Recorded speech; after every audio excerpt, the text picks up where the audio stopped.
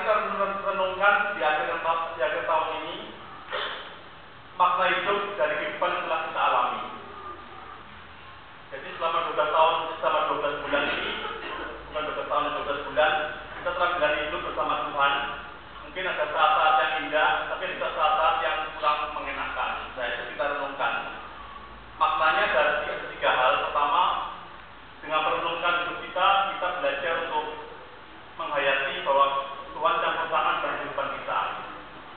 Karena itu seperti di Mazmur 148 yang kita baca, kita juga belajar untuk mengucap syukur atas penyertaan Tuhan. Kemudian yang terakhir, dengan sendirinya dan bisa merenung, kita juga belajar untuk membuat komitmen untuk memasuki tahun yang baru. Itu suatu hal baru yang ingin kita lakukan dalam tahun yang baru. Karena itu nanti di akhir khotbah ini saya akan mengajak kita semua untuk membuat komitmen sederhana, tidak usah yang muluk-muluk, yang singkat saja. Yang penting kita bertekad untuk melaksanakan di tahun yang baru. Nah, kalau kita selama beribadah setiap minggu itu biasanya ada acara berjabat tangan ya, dengan bersama jemaat. Tentunya tanggal 28 kemarin kita sudah berjabat tangan. Ada wajah-wajah baru yang kita mungkin baru kenal. Banyak juga wajah-wajah lama. Ada juga wajah-wajah yang kita tidak pernah lihat lagi karena sudah menghadap Bapak. Nah, ngomong-ngomong soal menghadap Bapak ini, saya kan juga menjadi salah satu tim perkunjungan. Jadi salah satu pengamatan saya adalah kalau tim perkunjungan itu jemaat yang lansia itu paling senang kalau didoakan. Yang wafat itu yang mendoakan. Karena kalau kita mendoakan terus nanti malah lebih cepat berangkat, ini kita merasa bersalah. Karena itu saya biasanya kalau disuruh mendoakan, kalau sudah kira-kira saya 70 tahun, saya kasih Bu Supardi atau Bu Rahman ya, ada Bu Rahman ya? Enggak ada ya? Ya, Bu Rahman atau Bu Supardi itu teman tim perkunjungan, jadi saya gantikan aja. Saya khawatir nanti bukan berarti saya nggak mau mendoakan, tapi saya hanya khawatir kalau nanti malah mempercepat ya. Ya. Terus tadi kita juga baca dari satu raja mengenai doa Salomo. Salomo ini raja yang masih muda waktu dia dilantik, dan dia merasa belum berpengalaman dalam mengelola dan istilahnya zaman sekarang itu memanage ya, bagaimana memanage sebuah bangsa yang lebih besar. Karena itu dia tidak minta kaya maupun panjang, tapi dia meminta hikmat. Demikian juga dengan kita dalam menyongsong tahun yang baru, hendaklah kita belajar untuk meminta hikmat dan pertolongan Tuhan. Supaya apa? Supaya kita dalam membuat banyak keputusan dalam tahun yang baru itu tidak salah melangkah ya. Karena setiap hari kita membuat banyak keputusan, ada yang salah, ada yang benar. Tapi kalau Tuhan tidak mengarahkan, saya yakin banyak keputusan kita yang akan memberikan hasil yang mengecewakan. Terus tadi kita juga baca dari Yohanes 8 ayat 12 sampai 19. Ada pernyataan Yesus yang menarik itu, yaitu dia mengatakan akulah terang dunia. Jadi dunia adalah tujuan Yesus. Kita bisa bandingkan dengan Yohanes 3 ayat 16 bahwa Yesus datang ke dunia karena kasih Bapa yang besar untuk menyelamatkan umat manusia. Nah, artinya juga secara implisit bahwa kalau sudah terang dunia datang ke dalam dunia, berarti dunia diliputi oleh kegelapan atau kekacauan. Jadi kegelapan itu identik dengan kekacauan. Kalau kita ingat kembali Kejadian 1, pada mulanya sebelum dunia diciptakan itu segala sesuatunya itu kacau balau. Bahasa Ibrani itu tohu wabohu ya, kacau balau. Itu kegelapan dan kekacauan itu jadi satu. Nah, gelap adalah lambang kuasa kejahatan. Itu berarti dunia juga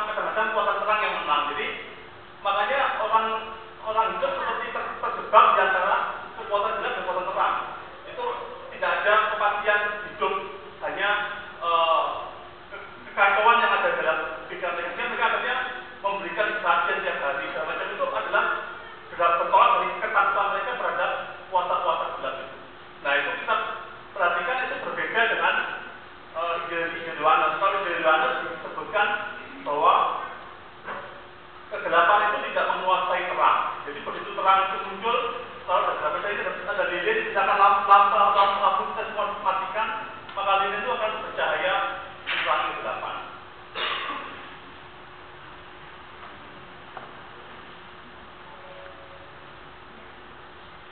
Itulah sebabnya sebagai umat Kristen kita berani dengan yakin untuk memasuki tahun 2015 dengan kepastian, karena kita berjalan bersama-sama dengan sang terang itu sendiri, yaitu Yesus Kristus. Tema terang dan jelas juga muncul kalau misalkan kita menyukai film-film populer ya, misalkan Lord of the Rings, terus kemudian Hobbit, terus favorit saya Star Wars ya, Star Wars. Nah, dikisahkan ada kesatria Jedi yang masih muda bernama Luke Skywalker itu harus berhadapan dengan Darth Vader. Dan Darth Vader itu ayah sendiri yang sudah masuk ke dalam dunia gelap, di sisi gelap ya. Di akhir cerita Darth Sidious, ini Darth Sidious ya, atau tokoh dunia gelap, itu mengajak Luke Skywalker untuk bergabung dengan dunia gelap. Dia mengatakan bergabungan dengan dunia gelap dan nikmatilah kekuatan dari the dark side, jadi kekuatan gelap. Tapi Luke Skywalker tidak mau bergabung, tapi sebaliknya dia berusaha untuk membuat ayahnya mau berbalik dari kuasa gelap. Akhir cerita, kalau kita perhatikan ini Darth Vader ya. Mungkin yang anak-anak pasti akrab ya, kalau sudah dewasa mungkin ceritanya itu 10-an ini. Mungkin yang sudah usia 30-40 masih ingat ya.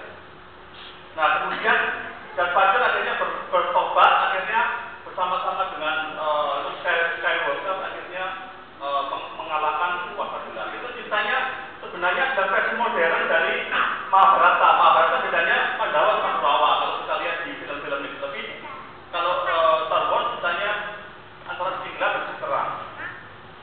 Nah yang menarik dari film ini adalah menurut para kritikus film itu Jedi itu singkatan dari Jesus Disciples. Jadi terjemahannya murid Yesus ya. Meskipun itu adalah spekulasi yang mungkin juga keliru, saya nggak tahu ya. Yang jelas ada interpretasi seperti itu. Nah terus silakan berikutnya. Nah ini tokohnya Luke Skywalker. Nanti kalau Bapak mau lihat versi yang baru, tunggu Desember 2015 ya, karena akan dirilis Star Wars yang edisi 7 ya. Nanti akan ini cuplikannya edisi 7 ya. Silakan berikutnya. Ini ya, jadi judulnya ini bukan saya promo film ya, karena belum main saya. Jadi apa yang menarik dari film ini, saya mengamati bahwa untuk masuk sisi gelap itu orang biasanya dipicu oleh kemarahan dan ketakutan. Jadi kalau ada kemarahan dan ketakutan itu kita mudah sekali berpindah ke sisi gelap. Lalu bagaimana dengan hidup kita? Apakah selama tahun 2014 ini kita banyak membiarkan amarah dan ketakutan menguasai hati dan pikiran kita? Misalnya kita pikir takut, wah kalau BBM naik, bagaimana saya mencukupi kehidupan kita? Atau bagaimana saya menyekolahkan anak-anak, dan seterusnya. Artinya ketakutan itu membuat kita mungkin mulai terpikir-pikir, kalau berpikir Tuhan itu kayaknya hanya memberikan kita pas-pasan ya. Gimana kalau saya cari tambahan yang dari judi misalkan ya, dan seterusnya. Itu tidak benar ya. Mari kita pelajari kalimat Yesus dalam Matius 7 ayat 1 sampai 22. Saya bacakan ya. Karena dari dalam hati orang timbul segala pikiran jahat, percabulan, pencurian, pembunuhan, perzinahan, keserakahan, dan kejahatan. Atau dalam kalimat populer, Yesus sebenarnya tidak sedang menceritakan bahwa semua makan itu halal, meskipun Yesus mengatakan semua halal. Tapi yang lebih penting adalah sebaiknya kita memperbaiki pola pikir kita. Atau dalam bahasa yang lebih ngetren itu benahi dulu mindset kita. Kalau mindset kita benahi, maka cara kita otomatis akan berubah. Misalkan pola pikir itu misalnya begini contohnya. Kalau kita berpikir bahwa kesehatan itu tidak penting, jadi kita itu semaunya, tidak pernah olahraga, makan sembarangan, minum minuman keras dan seterusnya. Nanti kira-kira itu kita akan kita tuai setelah umur 50-60 tahun. Jadi mulai penyakit kesesakan seterusnya. Itu artinya segala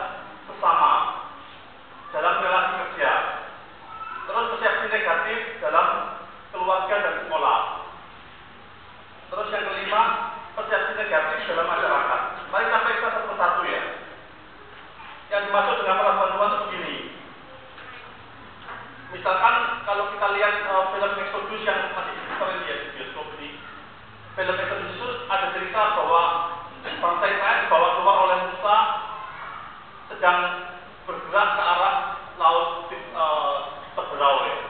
Kemudian mereka terjepit antara laut Teberau dan pasukan Firaun. Akhirnya bangsa Israel melawan Musa. Mereka mengatakan begini, kok kamu bawa kita ke tepi laut? Apa kamu ingin kita dibinasakan oleh pasukan Firaun?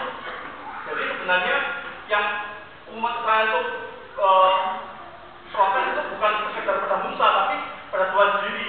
Apakah rencana Tuhan itu jelek untuk umat Israel? Sesungguhnya enggak, Tuhan ingin hal yang terbaik bagi umat Israel. Tapi caranya Tuhan menemukan waktu untuk membuktikan bahwa cara Tuhan itu yang paling benar. Nah, kita juga begitu. Kalau kita terlalu terburu-buru mengeluh atau bersungut-sungut, itu kita perlu hati-hati ya. Jangan sampai kita bersungut pada Tuhan seolah-olah Tuhan itu tidak punya planning terhadap hidup kita. Padahal Tuhan ada lagunya kan. Tuhan merencanakan merajut suatu karya yang indah dalam hidup kita. Itu kita mesti aminkan ya. Kemudian mendua hati terhadap Tuhan. Apakah kita selama tahun 2014 ini masih sering mendua hati terhadap Tuhan? Tentunya seperti ya, mungkin percaya ramalan nasib, percaya siu. Kalau maaf ya, yang Chinese itu biasanya kalau membangun rumah, misalkan rumahnya harus menghadap kemana, harus dihitung, diukur dulu. Terus kemudian kalau dulu saya pernah ikut developer ya, saya tahu sedikit. Kalau membangun rumah itu jumlah tangga itu harus dihitung. Tidak boleh 4, kalau 4 itu angka sial. Mungkin Budi tahu ya. Atau 4 itu angka sial. Nanti kalau jendela harus taruh di mana dan seterusnya. Itu begitu banyak peraturannya sampai ada yang disebut dengan konsultan feng shui. Nah, itu salah satu bentuk, saya nggak mengatakan salah ya, tapi hanya mendua hati aja. Terus misalkan di pintu rumah ditaruh gantungan apa gitu, padi atau apa itu. Kalau hanya soal tradisi tidak apa-apa, tapi kalau kita memberhalakan, itu saya kira mendua hati ya. Ya, saya cerita sedikit pengalaman saya. Tahun 2009, kira-kira bulan Oktober, saya merasa sakit di dada kiri. Mungkin orang biasa mengatakan sakit biasa terus masuk angin ya, tapi buat saya waktu itu sangat nyeri. Saya minta dilepaskan dari sakit itu. Terus kemudian Tuhan menjawab bahwa saya malam-malam, kira-kira jam 23, kamu harus bertobat dan mengaku dosa. Akhirnya paginya saya minta diantar ke seorang pendeta di Tangerang waktu itu. Terus kemudian saya dibimbing untuk mengaku dosa. Dia diberikan kira-kira 4 lembar folio untuk diisi semacam checklist ya. Checklist itu daftar untuk diisi. Misalkan saya pernah dosa, apa saya tulis semua. Di antaranya yang saya diingatkan juga mendua hati dalam bentuk ajaran-ajaran yang duniawi ya. Contohnya prana, reiki, terus kemudian kundalini itu dulu waktu saya di Jakarta itu hampir kalau ada informasi seminar saya mesti ikuti ya. Jadi itu menyebabkan saya jadi berbau-bau pikirannya, jadi seringkali terombang-ambing. Nah itu contoh dari mendua hati. Akhirnya saya diajak sama Pak Besar didoakan supaya saya melepaskan semua ajaran yang anak-anak itu. Jadi kalau ada ibu atau bapak yang masih mendua hati dalam bentuk berbagai macam ajaran yang duniawi, saran saya tahun 2015 kita buat komitmen tinggalkan aja. Percayalah pada Tuhan, Tuhan akan membuka jalan buat kita semua. Terus dalam relasi kerja juga seringkali kita masih memiliki persepsi yang negatif. Misalkan kalau Bapak Ibu misalkan menjadi manajer, itu ada 2 tipe manajer ya, ada manajer tipe A atau manajer tipe B. Manajer tipe A itu intinya dia mencurigai kepada bawahannya. Jadi anggapannya adalah semua manusia itu pemalas, tukang mangkir, nggak mau bekerja, nggak mau bertanggung jawab. Jadi kalau tidak diawasi, pasti semuanya nggak ada kerja. Itu anggapan tipe A. Sehingga akhirnya mereka pasang CCTV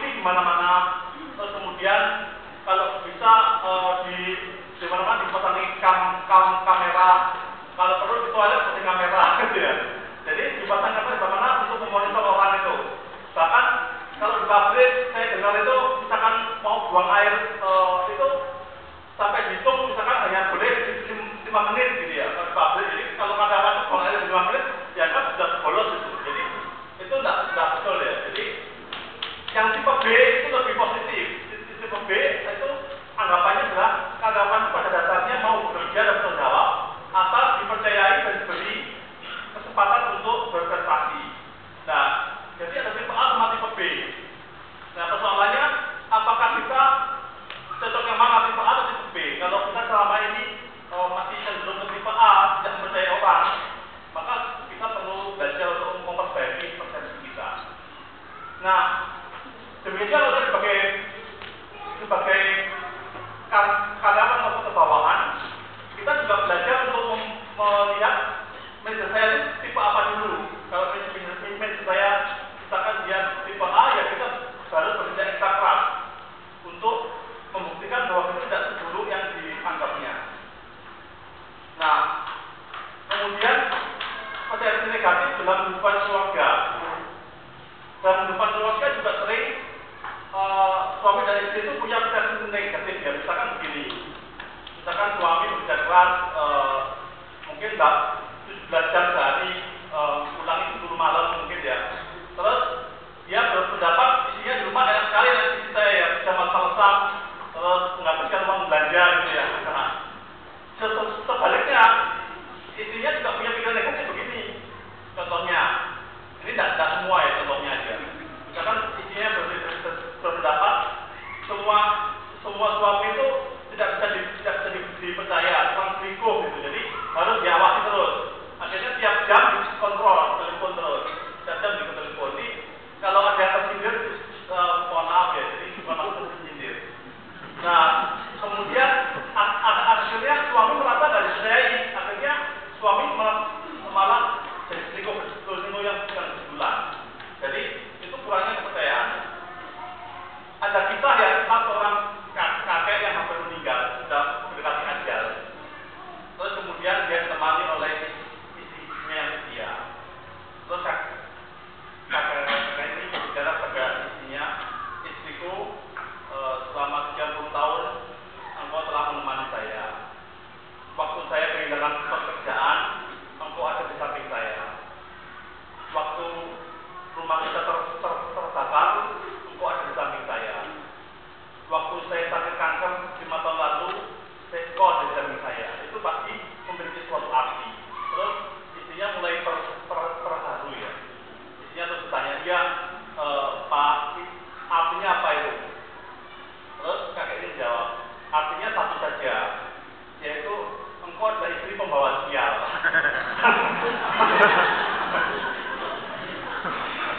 Jadi bagi istrinya itu tanda kesetiaan, tapi buat suaminya tanda pembawa sial. Itu yang kita harus hati-hati ya, untuk perbedaan persepsi ya. Nah, kemudian anggapan kita di sekolah misalkan, kita juga seringkali punya anak, bagi anaknya masih di bawah 10 tahun ya. Kadang-kadang anaknya kita anggap ini anak ini malas sekali, nggak mau belajar, maunya main melulu, main game, lihat TV dan seterusnya. Sementara yang anak melihat orang tua saya tukang marah setiap hari, mau main terus, jadi nggak ada kecocokan. Nah itu diperlukan kita duduk bersama-sama, anak itu perlu diajak untuk melihat bagaimana melihat dunia, dan kita duduk sama-sama anak melihat dengan kasih kata-kata anak itu. Contohnya begini, di Finlandia itu ada metode belajar yang tidak perlu ujian semesteran, tapi anak-anak dirangsang untuk punya motivasi untuk belajar. Kalau bahasa psikologi itu istilahnya internalisasi. Jadi motivasi itu diinternalisasi sehingga tidak lagi harus diobyek-obyek untuk belajar. Nah, di Indonesia saya kira masih jarang orang masih harus bertengkar dulu dengan anaknya untuk mau belajar. Kadang-kadang anaknya pagi-pagi harus dibangunin, ayo bangun harus belajar. Saya masih ingat ya, waktu saya kecil itu kalau bangun jam 5:30 saya juga males ya. Jadi kayaknya masih enak tidur ya. Jadi perlu diinternalisasi. Nah itu saya kira Indonesia perlu banyak belajar mengenai pendidikan yang membuat orang termotivasi. Jadi bukan sekedar keharusan untuk belajar. Nah, tadi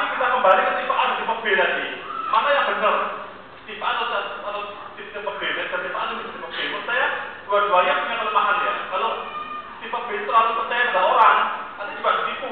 Akhirnya karyawan bisa menipu. Kalau tipe A, kalau tidak percaya, nanti juga karyawan akan tidak termotivasi. Kalau menurut pendapat saya, yang lebih bijak itu di tengah-tengah. Jadi antara tipe A dan tipe B. Mungkin kita bisa menyebutnya sebagai teori chat ya. Apakah seorang ilmuwan Jepang menulis teori chat mengenai manajemen ya. Itu kalau kita perhatikan teori chat itu kira-kira bunyinya, kalau ditafsirkan dengan Alkitab, bunyinya kira-kira begini. Roh itu memang penurut, tapi daging lemah.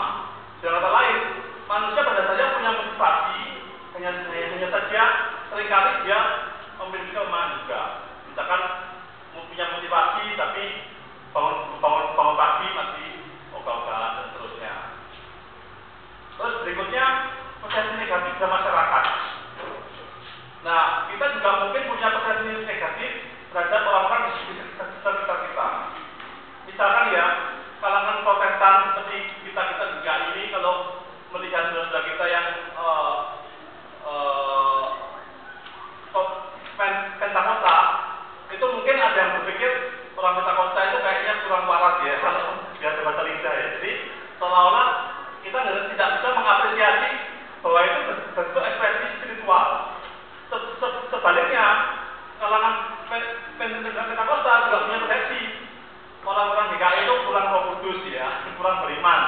Kalau misalkan sakit, tidak berdoa dulu lah ke dokter. Jadi maksudnya tidak beriman itu sakitnya itu. Jadi masing-masing punya persepsi yang berbeda. Nah, padahal seharusnya yang baik adalah dari kalangan Protestan mestinya belajar sesuatu dari kalangan Pentakosta mengenai iman. Sementara dari kalangan Pentakosta belajar sesuatu dari kalangan Protestan misalkan mengenai manajemen gereja. Itu saya kira masing-masing bisa belajar lebih baik.